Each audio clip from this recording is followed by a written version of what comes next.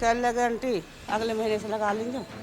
हम अभी घर से आए और 2300 रुपये लगा लो। नमस्कार, आप देख रहे हैं तेज तर्रार और मैं हूं आपके साथ आफरीन खान।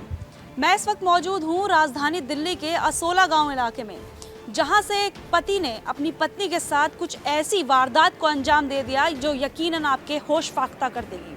जी हाँ, वारदात कुछ यूं है कि एक पति ने अपनी ही पत्नी का कत्ल कर दिया और उसके बाद इस पूरे मामले को गुमराह करने के लिए उसने एक पूरी की पूरी साजिश को अंजाम दे डाला। अब क्या है पूरा मामला? एक बार जिस मकान में वो लोग किराए पे रहते थे, वहाँ पर उनकी जो मकान मालिक है उनसे बातचीत करके जानने की कोशिश करेंगे कि आखिर वो लोग कब से यहाँ पर रह रहे थे, क्या कुछ यहाँ के लोगों को पता है या फिर नहीं पता। एक बार इन लोगों से बातचीत करते हैं और फिर आपको बताएंगे आगे की वारदात। वो जो लेडीज आई उसकी बहन आई तो कह लग के मेरे भाई रहे वहीं अकेलो और ये बाजार लगावे और आंटी टाइम बेटे में आएगो खाना वाना मेरे धोरे खाएगो कब थोड़े बहुत देर लौटेगो कुछ समय को रहेगो। जैसा बाप ने किल्ली मारी है ऐसी किल्ली मारी क्या रूम है वो कहो है बेटा देख आए मुझको आगो समझ में आगो कितना किराया मुझ 2500। कह लगे आंटी अगले महीने से लगा लेंगे। हम अभी घर से आए और 2300 रुपये लगा लो। मगर बेटा और तो 2500 दे रहे हैं तो हम 2300 कैसे दे दें। आंटी कोई बात ना अगली बेर से लगा लेंगे। मगर चल ठीक है समझ लिया है ना समझ आगो। अब बेटा बात नहीं होता तो ऑटो में चप्पल ले गो उधर के। वो बहन कह रही मैं तो बच्चे इनके कपड़े बेचूँ और ये जूती चप्पल की सेल लगावे। छोटा बड़ा भाई मग ठीक है। वाकई भौण जी भी साथ में जो रूम लिया हो ना जा वाकई लड़की भी बहन और वो भी भाई भी। फिर जब सांझ को न आए तो हमें पता नहीं बाहर जी नो हम तो ऐसे लौट के भीतर तो 12 साढ़े 12 बजे को टाइम जब ऊपर से किराएदार आए और ऊपर पुलिस आई है तो ये ऊपर सामने बुढ़िया खड़ी इन तो पूछ रहे कहाँ गए न कोई इधर को चढ़ गए। जब हमें तो बेटा पता पड़ी अकरात में न आए इतनी हकीकत है वैसे। माता जी, एक चीज़ हमने सुनी थी कि जो मियाँ बीवी थे इनकी आपस में लड़ाई होती रहती थी, आपको कुछ पता है इस बारे में? बेटा मोह न पता। कितने दिन रही है वो लेडीज इस घर में? हमारे घर में तो एक दिन भी न ले रही लेडीज। बस कमरा लेने आई थी। वो जो उसकी बहन है ना रूम भी उसने लिया है लेडीज ने न लिया रूम हमारे यहाँ। वो बहन आई कि मेरे भाई यूँ रहे वो लेडीज को तो मैटर ही न हो।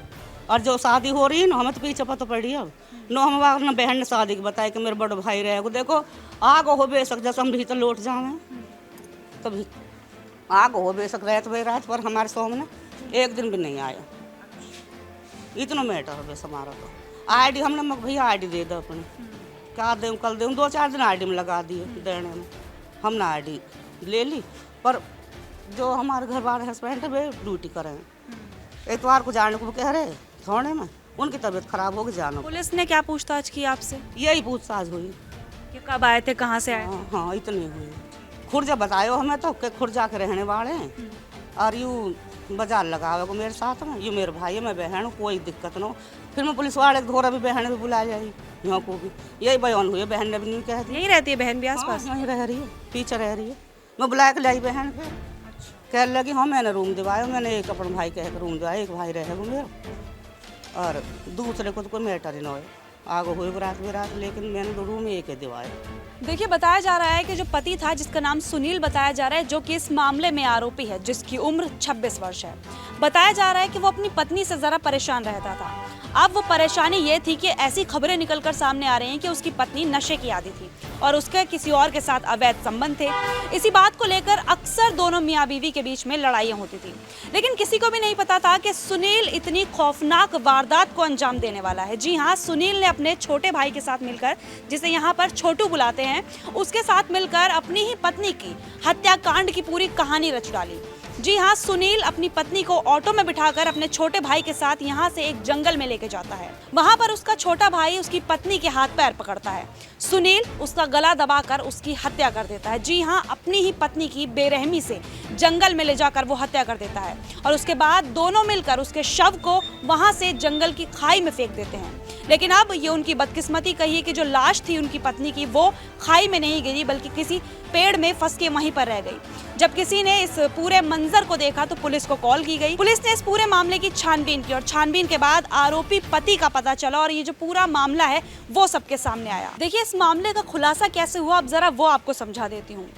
जब हेमलता यानी कि जो यहाँ पर आरोपी की पत्नी है जिसका यहाँ पर मर्डर हुआ है, उसके परिवार वाले जो कि यूपी में रहते हैं वो अपनी बेटी की गुमशुदगी की रिपोर्ट लिखवाते हैं।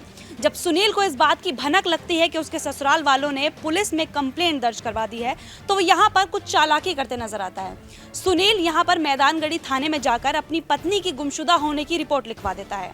लेकिन जो पुलिस ऑफिसर थे यहाँ पर उनकी सूझबूझ काम आई। पुलिस ऑफिसर की जो शक की सुई थी वो सीधा सुनील के ऊपर जाती है।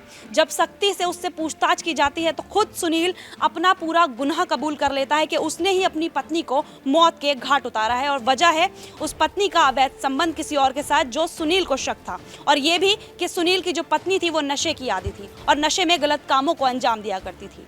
बहरहाल आपको बता दें कि सुनील को पुलिस ने गिरफ्तार कर लिया है और इस पूरे मामले को जो है पुलिस ने बहुत ही जल्दी सुलझा लिया है। अब इस पूरी खबर को लेकर आपकी क्या राय है? सुनील ने ये जो कदम उठाया है अपनी पत्नी की जान लेकर, ये कहां तक सही है? और उसके बाद जो उसने पुलिस को गुमराह किया है वो कहां तक सही है? इस पूरी खबर को लेकर अपनी राय हमारे साथ साझा करना बिल्कुल भी न भूलें। राजधानी दिल्ली से कैमरामैन जगजीत सिंह के साथ मैं आफरीन खान।